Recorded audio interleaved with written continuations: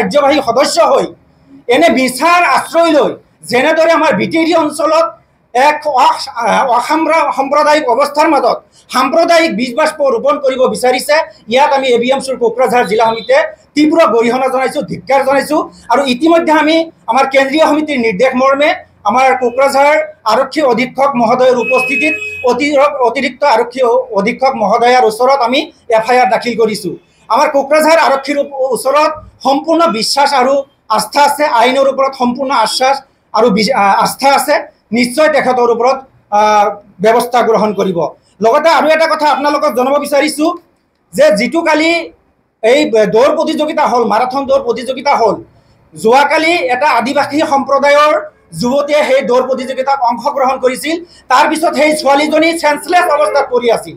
তাৰপিছত সেই অঞ্চলৰ মানুহে তেখেতক লৈ তাতে ফকিৰাগ্ৰাম যিটো হস্পিটেল আছে সেই হস্পিটেলত ভৰ্তি কৰিছিল। আৰু ভৰ্তি কৰাৰ পিছত আজিৰ দিনলৈকে ৰাতিপুৱা তেখেতে ট্ৰেইনত উঠি ঘৰমুৱা হৈছে, কিন্তু তেখেতৰ খবৰ লোৱাৰ এই BTCৰ EMজন তেখেতৰ সাংগ পাংগসকলৰ খবৰ লোৱাৰ আহৰি পোৱা নাই।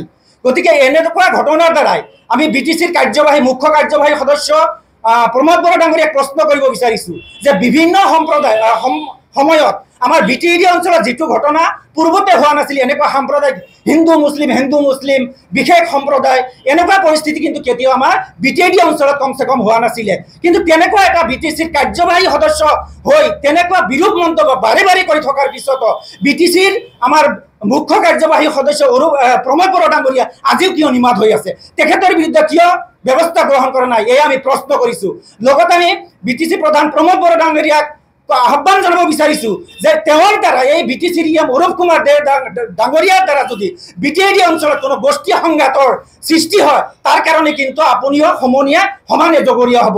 গতিকে আমি আহ্বান জনাইছোঁ। লগতে BTCৰ EM অৰূপ কুমাৰ ডাঙৰীয়াক সকীয়াই দিব বিচাৰিছোঁ যে BTC অঞ্চলত বৰ্তমান শান্তিয়ে বিৰাজ কৰিছে, বিভিন্নজনে কয়, কিন্তু এই শান্তিৰ মাজত যাতে অশান্তিৰ বীজ সৃষ্টি কৰাৰ চেষ্টা আপুনি নকৰে। আৰু তেনেকুৱা যদি আপুনি কৰিব বিচাৰে, আপোনাৰ বিৰুদ্ধে কিন্তু আমি ৰাজপথত ওলাই আহিবলৈ আমি বাধ্য হ'ম।